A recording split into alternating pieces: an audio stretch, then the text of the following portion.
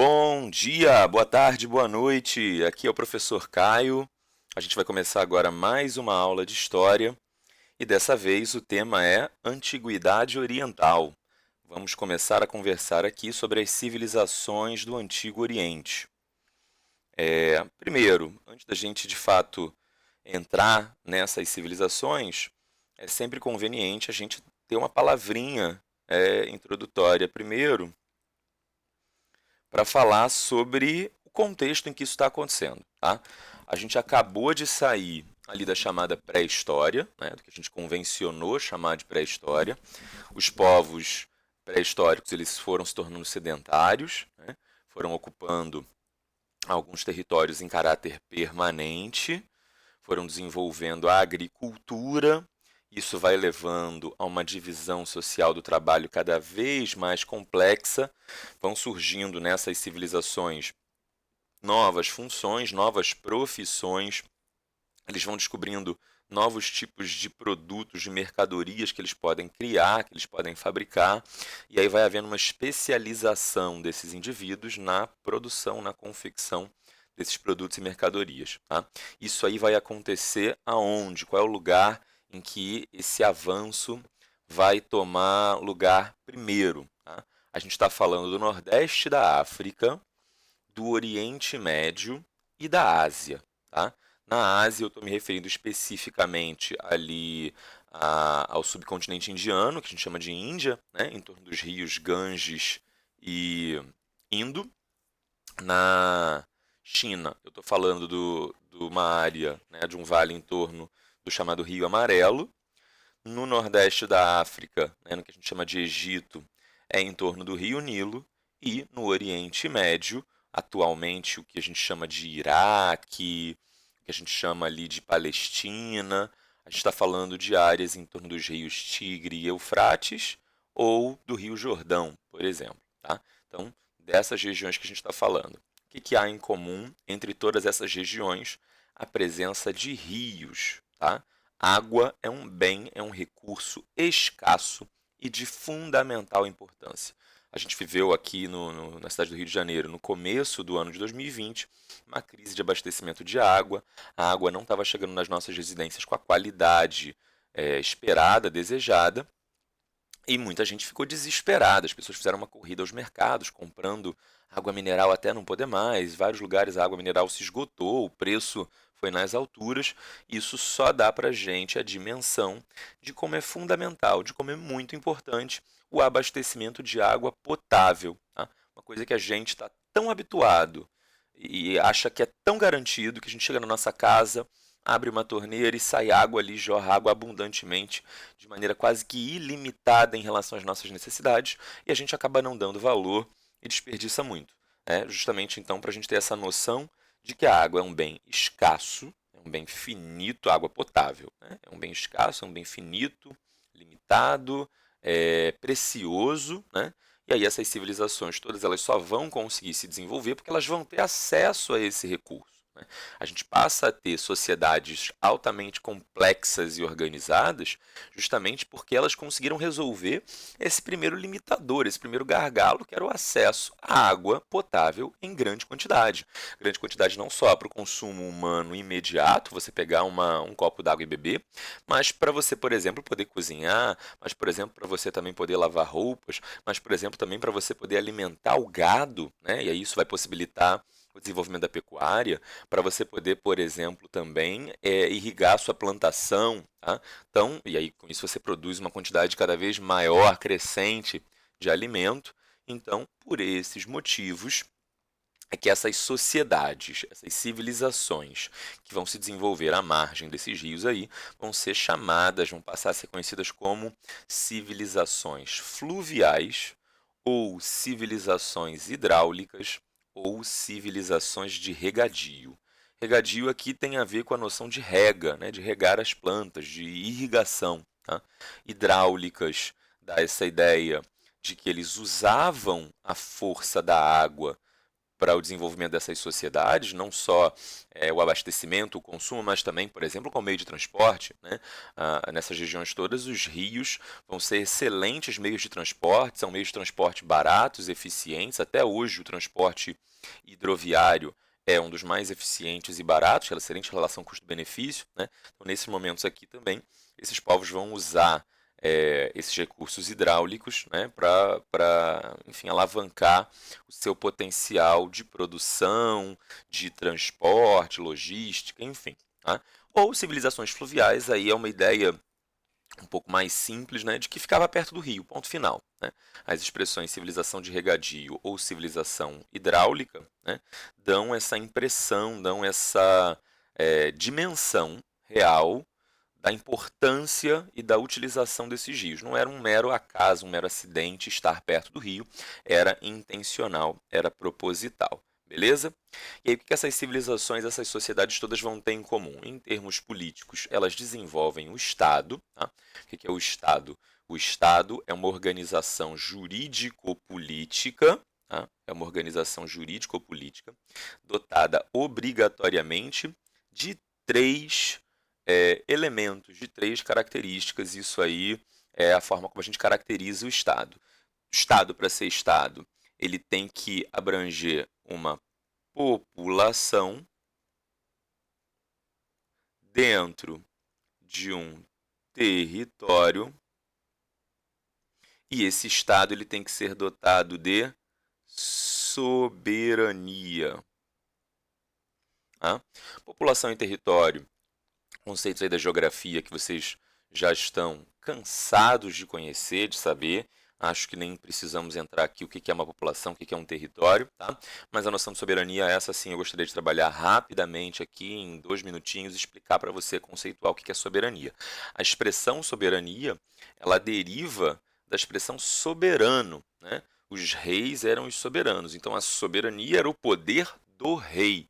O que era esse poder do rei? Era o poder de criar as leis, o poder de aplicar as leis, o poder de determinar o funcionamento jurídico e político de uma sociedade. No geral, esse funcionamento jurídico-político dessas sociedades dependia única e exclusivamente da vontade pessoal e individual dos reis. Tá? Hoje, na ciência política, a gente já tem uma noção um pouco mais aprofundada, um pouco mais complexa e sofisticada disso, porque hoje nós temos sociedades, né, predominantemente no Ocidente, sociedades democráticas, sociedades representativas, né, com sistemas políticos representativos, nos quais os políticos são representantes da vontade do povo. Então a gente manteve o termo soberania, né, mas soberano não é mais só o rei, soberano é o povo. É aquele cuja vontade é expressa, né? E essa vontade expressa ela é autodeterminada por aquele mesmo grupo. Tá? Então, trocando em miúdos aqui, se você não entendeu nada do que eu estou falando, soberania é a capacidade que uma sociedade tem de mandar no próprio nariz. Como assim, mandar no próprio nariz? O Brasil foi, durante alguns séculos, a maior parte da sua história, uma colônia portuguesa. Durante o tempo em que fomos colônia, o que nós não possuíamos? Soberania.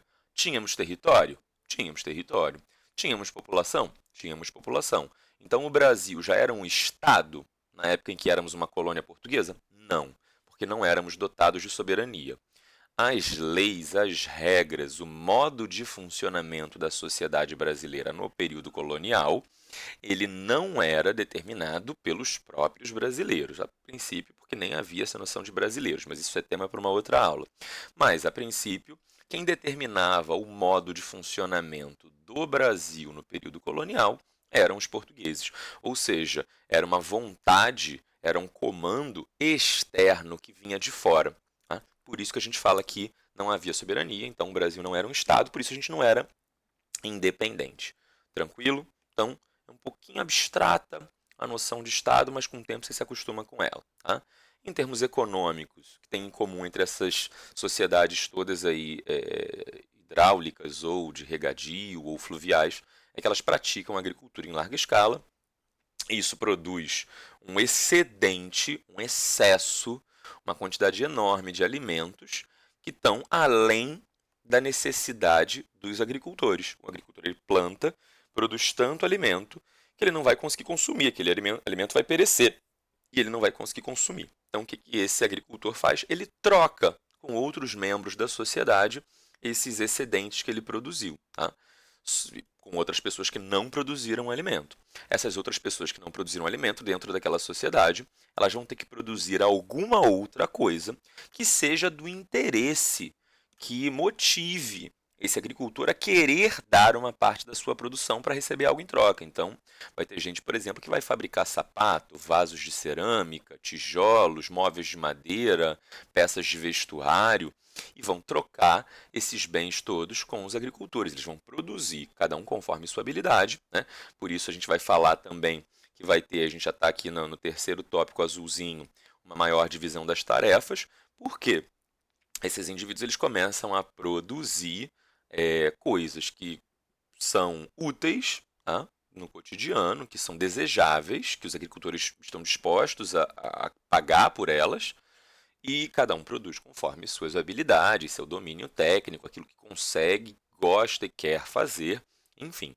Então, essa troca de excedentes está intimamente associada a essa maior divisão do trabalho, a chamada divisão social do trabalho. É isso que eu estou querendo dizer aqui quando eu falo em maior divisão das tarefas no interior dessa sociedade. Tranquilo? E, do ponto de vista cultural, essas sociedades todas elas vão inventar e utilizar escrita. E aqui, no caso, a escrita, né, se você ainda não percebeu, ela é uma coisa extremamente complexa, sofisticada e poderosíssima, né? A escrita é o principal meio de acumulação de informações. Você arquiva, você produziu uma informação, né? Essa informação ela pode ser passada no boca a boca, mas daqui a 20 anos pode ser que aquilo que foi falado oralmente seja esquecido, né? Pode ser, não necessariamente vai ser, mas pode ser. Então, a escrita é uma forma de acumular aquela informação, de perenizá-la, de fazer com que ela não se perca. A princípio, essa escrita ela vai estar intimamente associada às funções estatais, justamente porque o Estado ele lança a mão dessa escrita para regular, para registrar os seus assuntos, né? Então, por exemplo, um assunto extremamente importante, fundamental para os estados, a cobrança dos impostos. Era necessário deixar por escrito quem pagou e quem não pagou os impostos. Quem não pagou os impostos ia ter lá sua ficha anotada em algum cantinho, em algum desses departamentos do Estado, para que houvesse posteriormente uma cobrança, até mesmo uma cobrança à força desses impostos não pagos. Então, a escrita aqui ela é usada como um enorme instrumento de poder desses estados. Tá? Essas são as características aí comuns a todas essas civilizações de regadio, hidráulicas ou fluviais que a gente vai ver ali na passagem da pré-história para a chamada antiguidade. Tranquilo isso? Beleza? Então vamos lá. Aquelas que a gente vai tratar de forma mais detalhada nesse primeiro momento. Aí quem gosta de Oriente e tal, de Extremo Oriente, já vai ter aqui o meu pedido de desculpas, porque infelizmente nós não vamos ter tempo de falar sobre Índia, de falar sobre Japão, de falar sobre China, de falar sobre Coreia, essas sociedades com uma história extremamente importante, uma história riquíssima e belíssima e muito antiga, mas infelizmente elas estão fora aqui do nosso escopo, tá? da nossa área de abrangência. Quais são as civilizações, então, que a gente vai tratar nesse primeiro momento aqui, dentro das chamadas civilizações da Antiguidade Oriental? A gente vai falar sobre, a princípio, Egito, Mesopotâmia e Hebreus. Tá? Egito, Mesopotâmia e Hebreus, a princípio. Isso aí são as primeiras que a gente vai, com certeza, falar. Tá? E essas civilizações elas se localizavam numa região do Oriente Médio, tá? Que todas elas se localizam em torno de rios, e isso formava, segundo alguns pesquisadores e tal, uma aparência de uma lua crescente. É o que você está vendo desenhado agora nesse mapa na sua frente, né? Uma lua crescente. E aí, e como são áreas extremamente férteis pela presença desses rios, né? Por isso que essas áreas vão passar a ser chamadas de crescente fértil. tá? O conjunto dessas áreas no Oriente Médio, onde se desenvolveram civilizações hidráulicas ou de regadio ou fluviais, vai ser chamado aí de crescente fértil. Entendido? Então, vamos seguindo adiante. A primeira civilização da qual a gente vai tratar é o Antigo Egito. Tá? O que a gente tem que falar aqui sobre Antigo Egito? A ocupação ali em torno do rio Nilo, né, ela é muito antiga.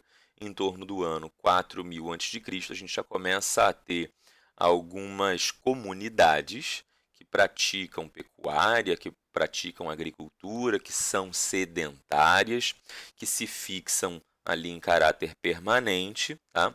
E a gente vai chamar essas sociedades autônomas, independentes umas das outras, né? Essas cidades que detêm a sua própria soberania, que são cidades-estados, a gente vai chamá-las de nomos. Tá? Elas, a princípio, não estão unificadas, é cada um no seu quadrado, é cada um dentro da sua área. Então, por exemplo, quem era de Tebas tinha lá as suas próprias formas de comportamento, de vida, seus próprios deuses locais, seu próprio panteão. Tanto havia aí intercâmbio de uma para outra. Então, vai haver uma certa similaridade nas formas de alimentação, vai haver uma certa similaridade no idioma, embora você pudesse ter variações de dialeto de um nomos para o outro e tal. Mas, enfim, a princípio elas têm algumas características já em comum, porque provavelmente são populações humanas que se originam de um mesmo grupo, tá? Mas elas têm uma certa autonomia político-jurídica, cada uma tem ali sua própria liderança, né? O líder de cada um desses nomos era um cara chamado nomarca. Nomarca não era o nome próprio dele, não, era o título, tá? Era o cargo. Era o sujeito que exercia o cargo de nomarca. Tá? Então, nos nomos, nós tínhamos os nomarcas, tá? E esses nomarcas vão governando de forma independente, cada um o seu nomos. Tá? Só que, à medida que o tempo vai passando, os séculos vão passando, alguns desses nomos se tornam mais poderosos e conquistam nomos vizinhos, e esse processo vai acontecer simultaneamente no norte do Egito e no sul do Egito. Tá? No norte do Egito vai se formar um reino, no sul do Egito vai se formar um outro reino distinto, e esse reino que ficava ao norte, ele vai ser chamado de Baixo Egito, e o que ficava ao sul vai ser chamado de Alto Egito. Você vai falar, opa, me complicou agora. Como assim o Alto Egito fica no sul? Está na parte de baixo do mapa. Se está na parte de baixo do mapa, deveria ser Baixo Egito. O que está na parte de cima do mapa deveria se chamar Alto Egito. Não é isso? Não, não é isso. Para começo de conversa, porque o planeta Terra é uma bola que gira no espaço, e no espaço você não tem referencial em cima ou embaixo. O que te dá o referencial do que está em cima e do que está embaixo é a gravidade. Tá? No ambiente de espaço com microgravidade, você não tem esse referencial em cima e embaixo. Então, um astronauta que esteja agora flutuando lá na estação espacial, olhando o planeta Terra, não existe para ele em cima ou embaixo. Tá? Essa noção de que essa parte do planeta é a parte de cima do planeta, essa parte do planeta é a parte de baixo do planeta. Essa noção, a princípio, ela não existe. Tá? Ele pode flutuar livremente ali no espaço, da maneira como ele bem entender. Então, o que vai determinar o que a gente chama de Alto ou Baixo Egito? Não é a orientação convencional do mapa, no qual o mapa mundi, a Europa está em cima, norte, né, a África está embaixo, sul. Não, não, não é essa a orientação. Imagina que você foi teletransportado agora para o Egito. Tá? Olha aqui comigo para o mapa, tá? E imagina, o rio está nascendo aqui embaixo. Tá? Essa área aqui embaixo é nascente. E o rio está desaguando aqui em cima. Então, qual é a direção na qual o rio está caminhando? O rio está fluindo nessa direção. Tá? E a gente sabe que a água vai de um lugar alto para um lugar mais baixo. Isso quer dizer que aqui embaixo, no sul, fica o Alto Egito e aqui em cima, no norte, fica o Baixo Egito. Entendido? Olha a bagunça aí que eu fiz nesse mapa. Né? Deixa eu apagar que eu fico até constrangido com esse tanto de bagunça que eu faço. Então, olha só, eu fazendo besteira de novo. Esse tablet aqui, ele está me sabotando. Ele não gosta de história, ele só gosta de matemática. Tá? Olha só, eu tinha clicado na borracha, vocês estão vendo aí, vocês são minhas testemunhas. Eu clico na borracha, né? Mas a borracha não aparece. Meu Deus do céu. Eu desisto. Eu desisto. Vai ficar rabiscado, tá? Eu desisto, tá? Talvez eu edite esse vídeo depois, ou não, porque vai dar um trabalhão editar isso aqui. Então, fica aí riscado. O tablet ele não aceita que eu apague, né? Aqui nessa videoaula é assim. Não tem espaço para erros. Errou, o erro fica registrado para sempre, para a posteridade, para que minha filha e os meus netos possam ver depois no YouTube, se o YouTube ainda existir, a minha falta de intimidade com a tecnologia. Vamos seguir para o próximo slide, então, que a gente ganha mais, tá? Unificação. A gente vai ter, então, dois reinos, o Alto e o Baixo Egito, ali por volta do século 32 a.C., né, do ano 3200 a.C., a gente vai ter um processo de unificação desses dois reinos, o Norte e o Sul, por um desses líderes, né, chamado Menés. O Menés ele vai conseguir conquistar esses dois reinos, e aí ele vai usar uma mistura tanto de habilidade militar, diplomática, quanto de habilidade religiosa, tá? E vai dar origem a uma monarquia unificada no Egito. Tá? O Menés ele vai se tornar o primeiro faraó do Egito, né? O faraó que era aí esse líder das duas terras, e o Egito vai se tornar, a partir desse momento, um estado teocrático. O que é um estado teocrático? Do grego theos, Deus, cracia, poder, governo, domínio, enfim. Então, a gente vai ter uma forma política específica, particular no Egito. A gente não tem isso hoje, acho que em praticamente nenhum lugar do mundo, pelo menos não no mundo ocidental, que me vem à cabeça agora, né? A gente tem, sim, no Oriente alguns governos de características teocráticas, no qual a obediência da população, né, ela é estimulada, ela é inspirada por meios religiosos. Aqui no Egito a gente vai ter um caso desse, no qual o faraó ele se proclamava, ele se autodenominava um deus na terra. Tá? Ele era Deus feito carne aqui na terra, né? Ele era um pedaço da essência criadora divina e tal. Então, você obedece ao faraó não só porque ele é um líder político, mas porque ele é uma divindade, né? Então, você tem um temor, uma reverência, um respeito, que não é só pelo poder que esse homem tem de tirar a sua vida, se ele assim entender, mas você tem um temor e uma reverência derivado também de um medo sobrenatural em relação ao faraó. Beleza? É uma monarquia, então também é uma forma de governo hereditário. Tá? O Egito vai ser uma monarquia teocrática, então o poder passava do Menés para o seu filho, do filho para o neto, do neto para o bisneto e assim por diante. Né? À medida que famílias se sucediam no poder, você tinha membros da mesma família, esses membros da mesma família formavam uma dinastia. Se por algum motivo algum integrante dessas famílias morresse sem deixar herdeiros, né? Acabou, não tem mais ninguém daquela família, uma nova família chegava ao poder e iniciava uma nova dinastia. Então você vai ter inúmeras dinastias aí governando o Egito ao longo do tempo. Tá? Vamos entrar agora num aspecto mais geográfico da coisa. A gente tem um historiador considerado o pai da história, o Heródoto, um historiador grego, né, da antiguidade. O Heródoto ele foi um dos primeiros a levantar documentos escritos do passado, lê-los e tal, entrevistar pessoas e escrever uma história. Tá? Até então, a gente não tinha história, os seres humanos não contavam uns para os outros histórias, não no sentido que a gente está acostumado a pensar. Normalmente, antes do Heródoto, a gente tinha os mitos. Tá? O que eram esses mitos? Esses mitos eram histórias nas quais os deuses tinham um papel importantíssimo. Aí veio Deus tal e fez tal coisa e provocou uma guerra. Então você explicava os fenômenos humanos apelando para as divindades para tentar, né, explicar o porquê das coisas terem acontecido daquela forma. O Heródoto ele faz diferente. Né? Ele vai elaborar um relato sobre as guerras médicas, né? A gente vai depois falar sobre o que foram guerras médicas quando chegar lá na Antiguidade Clássica nos gregos, mas o Heródoto ele fala sobre um conflito da Antiguidade chamado Guerras Médicas ou Guerras Greco-Pérsicas, guerras entre gregos e persas, e nesse seu livro, nesse seu relato, né, que o Heródoto chamou de história, né, em grego historien, que significa investigação, ele fez uma investigação sobre as origens e causas da guerra, ele vai buscar documentos e tal, então o Heródoto ele é um sujeito de importância fundamental, incontornável, para tentar entender a origem do que é a história, disso que a gente está fazendo aqui agora, né, tendo uma aula de história. O Heródoto ele tem uma frase muito marcante sobre o Egito, que é repetida por todos os professores. O Heródoto ele vai dizer que o Egito é uma dádiva do Nilo. O Egito é um presente do Nilo.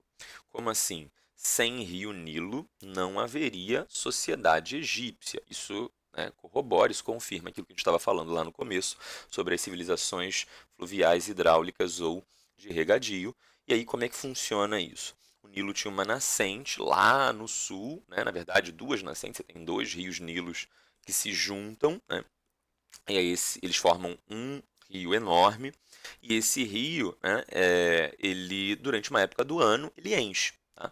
Quando a gente está chegando na época mais quente do ano, geleiras nas montanhas ali derretem, a água escorre pelo leito das montanhas e vai compor a água desses rios, né, e aí desembocam no Nilo, e o Nilo passa a ter um volume de água muito grande na época mais quente do ano.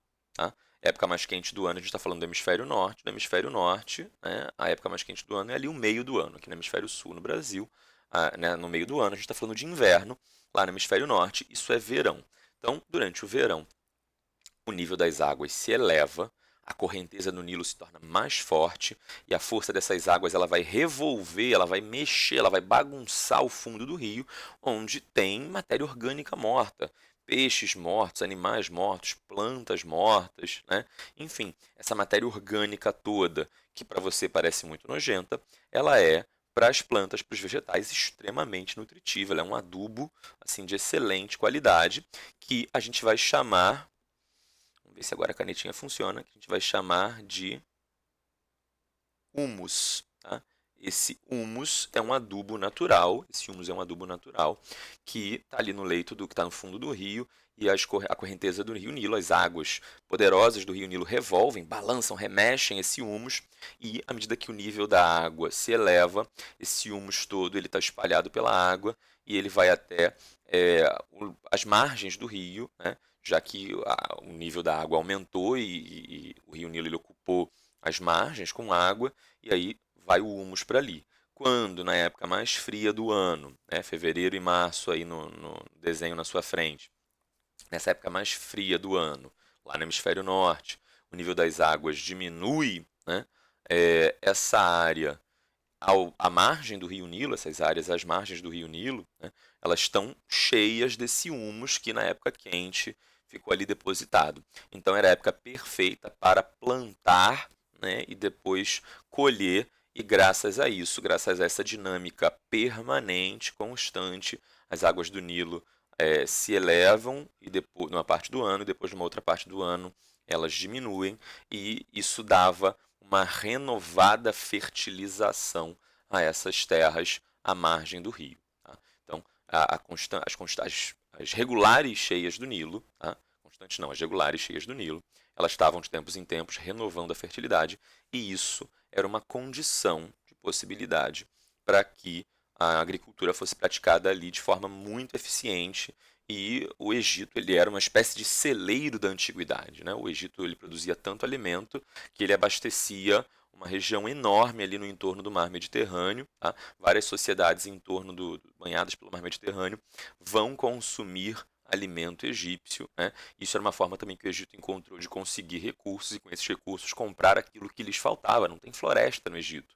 Como é que os egípcios obtinham madeira para construir navios, para construir casas, enfim, né? Madeira. Normalmente através do comércio, eles vendiam os seus alimentos e com isso eles podiam adquirir madeira, podiam adquirir minérios, enfim. Então, eles supriam aquilo que lhes faltava com o comércio mediterrâneo bastante intenso, tá? E isso era possível porque eles eram extremamente férteis e produziam muita comida. Tranquilo? Continuando, quando a gente falar sobre a história política do Egito, a gente vai normalmente dividir em três fases muito importantes. A primeira é chamada de Antigo Império, a segunda, Médio Império, a terceira, Novo Império. Então, as datas aí na sua frente, não acho que você precise se preocupar em decorar, tá? Datas, isso não é muito relevante para a gente agora. O que você precisa entender é que As pirâmides, elas não foram consequência de um acúmulo tecnológico e aí construíram pirâmides no novo império. Não. As pirâmides que você conhece, aquela que você vê em tudo que é foto, são as chamadas pirâmides de Gizé, as pirâmides de Kelps, Khafre e Miquerinos, né? As três grandes pirâmides de Gizé. Essas pirâmides elas foram construídas ainda no Antigo Império. Então é uma tecnologia muito antiga. E não, as pirâmides não foram construídas por alienígenas. Ah, mas é que eu vi no History que até hoje eles não sabem como as pirâmides foram construídas. Meio que sabem. A gente já tem hoje uma série de hipóteses bastante razoáveis que explicam os métodos, né, os meios de construir essas pirâmides. Esses blocos enormes de pedra, eles eram rolados em cima de toras de madeira. Você botava uma tora, uma série de toras de madeira, né, botava enfileiradas, né, de forma paralela, uma em relação à outra, botava ali os enormes blocos de pedra e você ia puxando esses blocos de pedra e eles iam rolando por cima dessas toras de madeira, e essas toras de madeira funcionavam como se fossem praticamente rodas. Tá? Então, a gente sabe mais ou menos, sim, os vários meios como essas pirâmides foram construídas, enfim, as técnicas de construção utilizadas. Não tem nenhum grande mistério aí. E o primeiro momento em que a gente vai ter essas enormes, essas gigantescas pirâmides vai ser já no Antigo Império. Tá? Entre um período e outro, do Antigo para o Médio, depois do Médio para o Novo, a gente vai ter processos de enfraquecimento político. Isso é o que motiva o fim de um período e o início do outro. E normalmente, né, você tem, por exemplo, aí da passagem do Médio para o Novo Império, uma invasão estrangeira. Tá? Os egípcios eles mudam as suas formas de organização política de um período para o outro, né? Eles sofrem invasões e essas invasões fazem com que dinastias acabem, certos períodos acabem e novos períodos comecem com novas formas de organização política, enfim. Né? A gente vai chegar mais detalhadamente nisso aí na frente, mas a princípio é isso. A gente vai ter três grandes momentos na história egípcia. Tá? O primeiro é o Antigo Império, que é o período que a gente normalmente visualiza quando a gente está pensando em Egito, aquele período mais glorioso, mais grandioso, a gente está pensando em Antigo Império. A gente tem um Médio Império, em que o faraó ele perde um pouco de poder, que a gente passa a ter revoltas, rebeliões de camponeses, né, contra o excesso de exploração, muitas vezes motivadas por fome, por dificuldades econômicas, enfim, e a invasão dos Ixos. Ixos era um nome que eles deram, né, para os chamados povos do mar, tá? Povos do mar porque esses povos eles vieram, né, em navios pelo Mediterrâneo e atacaram o Egito, então os egípcios chamavam de povos do mar. Tá? E o novo império é quando esses Ixos são expulsos e o Egito ele passa a ter uma organização militar mais profissionalizada, permanente, né? Um exército mais sofisticado, mais poderoso, um certo expansionismo egípcio até. É do novo império, por exemplo, a figura de Ramsés II, de Tutankhamon, essas histórias todas que a gente conhece, a gente já está falando aí desse período. Tá? Que mais? Falando sobre a sociedade egípcia. Tá? A sociedade egípcia é aquela velha história aí da pirâmide social egípcia. Tá? Olha aqui comigo. Primeiro, regadio e irrigação a gente já falou. Servidão coletiva. Tá? A hipótese aí da servidão coletiva, da escravidão generalizada. Era a ideia de que o faraó, sendo um deus na terra, ele mandava em tudo e em todos, tudo era propriedade do faraó. Tá? Então, a princípio, o faraó mandava em tudo e em todos. O faraó poderia dispor dos bens e das vidas de todos os indivíduos dentro do Egito. Por isso, você não tinha essa noção de que os indivíduos são dotados de direitos, né, aos quais eles podem recorrer e que são oponíveis ao Estado. O Estado não pode me prender sem uma acusação formal, o Estado não pode me prender sem um julgamento, eu não posso ser morto se não houver uma pena de morte, enfim, determinada no país. Não, no Egito não tinha nada disso. Tá? O faraó, a princípio, ele podia dispor dos bens, das vidas, da liberdade de absolutamente todo mundo dentro daqueles territórios. Era uma ideia inteligente fazer isso de forma indiscriminada, enlouquecida, sair matando todo mundo por prazer, por sadismo? Não, não era uma ideia inteligente. Os faraós faziam isso por diversão? No geral, não, tá? Mas, em tese, eles poderiam fazer. Tá? Então, a gente vai ter essa sociedade na qual, no topo, né, a gente vai ter o faraó e, obviamente, os seus familiares, embora o faraó, né, sempre estivesse acima de todos, inclusive dos seus familiares. Mas, tecnicamente, em termos sociais, o faraó, ele estava ali, os familiares do faraó estavam ali mais ou menos no mesmo nível. Abaixo, a gente vai ter os nobres, né, altos funcionários aqui, incluindo altos funcionários militares, generais e tal. Abaixo, sacerdotes, escribas. Escribas eram os funcionários reais que sabiam ler e escrever. Abaixo dos escribas, a gente vai ter comerciantes, artesãos, camponeses. E abaixo de todo mundo, a gente vai ter os escravos. Beleza? E a gente entra agora nos escribas. Eu quero detalhar um pouquinho mais os escribas, as suas funções e como é que era o funcionamento disso no Egito. Daqui a pouco a gente fala sobre sacerdote quando a gente entrar no tema religião. Vamos lá. Escribas. O escriba era o sujeito que sabia ler e escrever. Isso que para você é uma banalidade, uma coisa boba, você lê e escreve o que você quiser. Às vezes você lê e escreve em mais de um idioma, para você é uma coisa super simples. Né? No Egito isso era uma coisa extremamente complexa. Tem aí na sua frente uma representação da escrita egípcia, da escrita hieroglífica, né? São os hieróglifos. Era uma escrita iconográfica. Tá? Uma escrita iconográfica. Iconográfica aqui se opõe à escrita fonética. Tá? O que é uma escrita fonética? Fonética do grego fonos, fonos é som, cada letra representa um som, cada letra representa um fonema a princípio. Tá? Então você tem o fonema A, B, C, D, E, F, G, H, cada um é um fonema, esses fonemas se combinam, enfim, você tem um símbolo para cada fonema, simples assim. Tá? Então tem uma letra, tem um símbolo, e esse símbolo representa um som. É isso. Cada símbolo representa um som. Qual é a quantidade de sons que o ser humano consegue produzir? Muitos, muitos, muitos, muitos. Com seu aparelho vocal, fonador, muitos sons. Tá? Todos esses sons têm significado dentro de todas as sociedades? Não.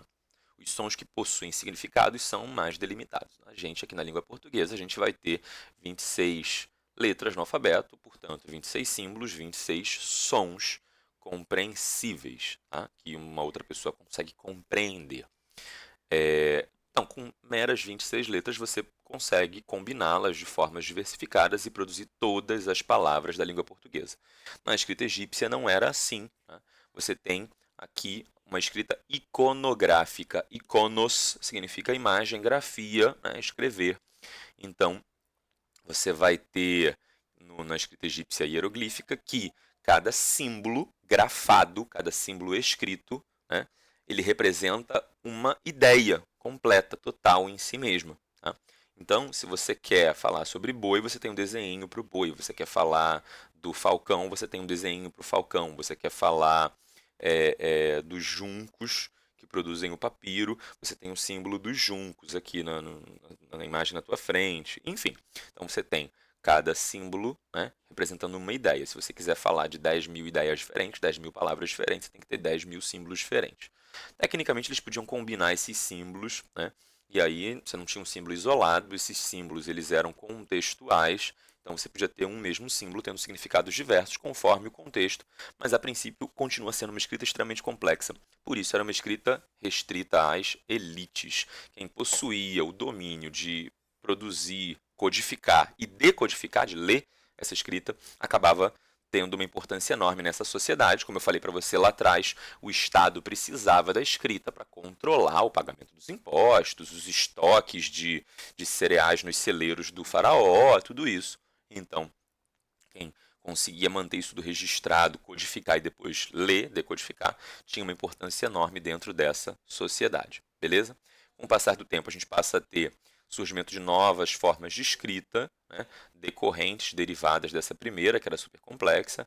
Tem aí um quadro, uma tabela na sua frente, mostrando como os hieróglifos eram a princípio super complexos, né? Olha essa primeira linha aqui em cima, você vai ver como esses hieróglifos eram a princípio super complexos e como eles vão ficando cada vez mais simples e mais simples e mais simples e eles vão, né, nessa direção de simplificação.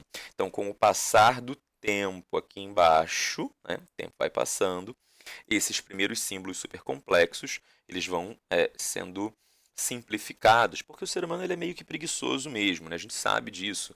A gente tende a sempre buscar o menor esforço no falar, o menor esforço no escrever, e a gente acaba, por exemplo, abreviando. Quantas palavras você aí que está me ouvindo agora não abrevia quando você vai mandar uma mensagem para alguém no WhatsApp? Você, em vez de escrever a palavra você escreve a palavra VC, né? Você coloca as letras VC. Então, você acabou de fazer um processo desses de simplificação, tá? Isso vai acontecer, e à medida que isso acontecer, novas formas de escrita vão surgindo lá no Egito, como a escrita hierática e a demótica. Eu acho que eu não coloquei slide sobre isso. Não coloquei. Deixa eu voltar para o slide anterior.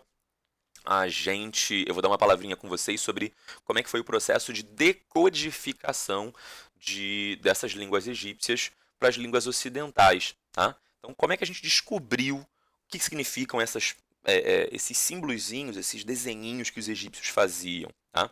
O fator chave para a descoberta do significado, da decodificação dessas escritas foi a chamada Pedra de Roseta, tá?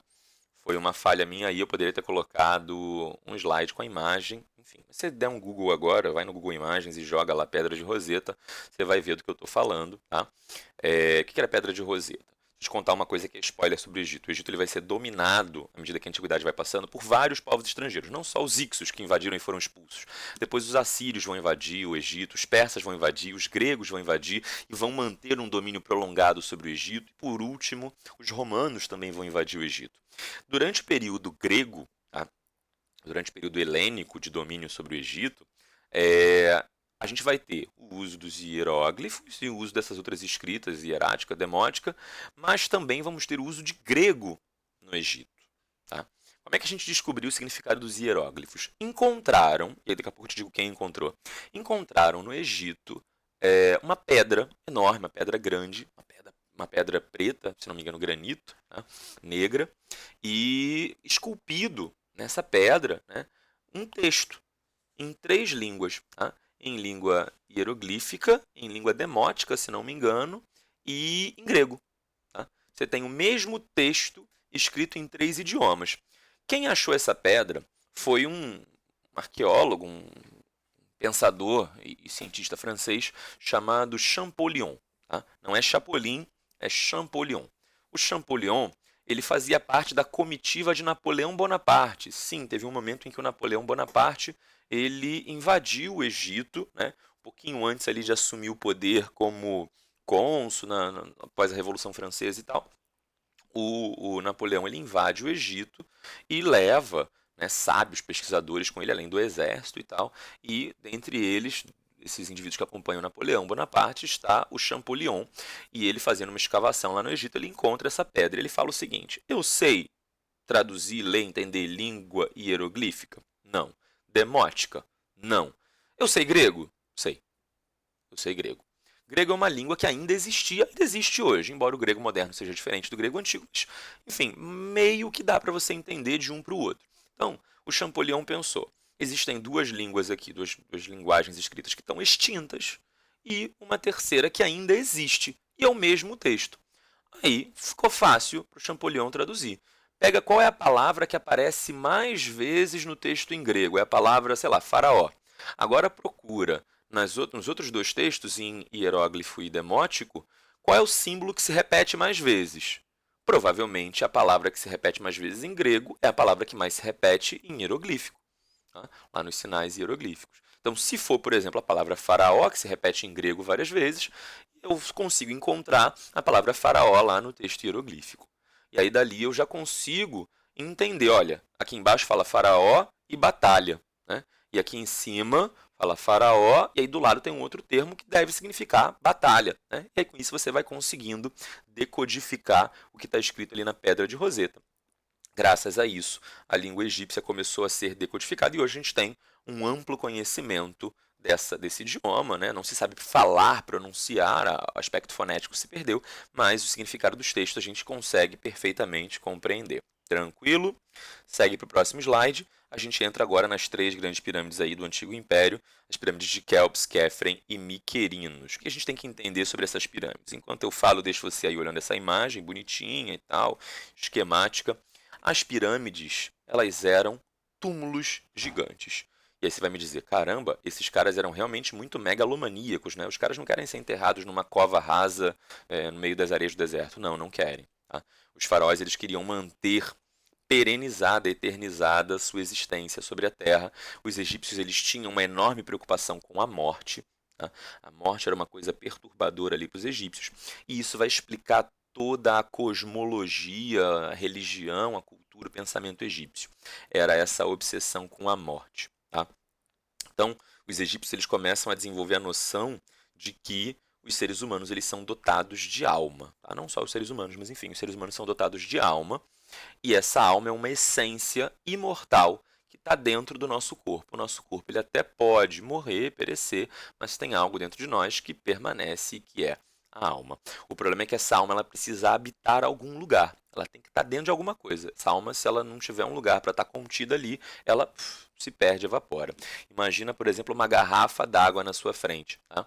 A garrafa contém a água. Se você abrir a garrafa, jogar água pelo chão, né, à medida que o tempo vai passando, aquela água vai evaporando e se perde. É como se a garrafa fosse o corpo e a água fosse a alma. Tá? É assim que os egípcios estão pensando nesse momento. Né? E aí o que eles começam a desenvolver e criar é a ideia de que depois que as pessoas morrem, tem que ter um lugar para a alma dessas pessoas irem. E não é fácil você ficar encontrando lugares para essas almas poderem ir. Né? Então você com certeza sabe que aquela alma habitava aquele corpo, mas você não sabe se tem algum outro lugar para aquela alma ir depois. Então, por garantia, vamos tentar preservar esse corpo. Tá? Daí é que surge o ritual egípcio do embalsamamento, da mumificação. A mumificação, ela tinha o objetivo de preservar o corpo para que houvesse um lugar onde a alma pudesse habitar após a morte. E aí, quem vai ser responsável por fazer esse processo de mumificação e tudo mais são, né, os sacerdotes. Os sacerdotes têm várias outras funções, mas essa é uma delas. E aí, isso explica por que esses sacerdotes são, nessa sociedade, tão importantes. Porque sem eles, né, esse corpo se perde, essa alma se perde, e você termina. Então, essa ideia de que você vai chegar ao fim era extremamente perturbadora para os egípcios. E eles acreditavam que eles poderiam contornar isso através da mumificação, né, do embalsamamento. Então, isso explica por que esses sacerdotes são tão prestigiosos, têm tanto prestígio nessa sociedade. Tá? Não vou me preocupar aqui em descrever muito o ritual da mumificação. Tá? Basicamente, eu vou só dizer que você tinha que tirar todos os órgãos internos e colocar em vários vasinhos. Você está vendo aqui na imagem esses vasinhos, esses vasos canopos.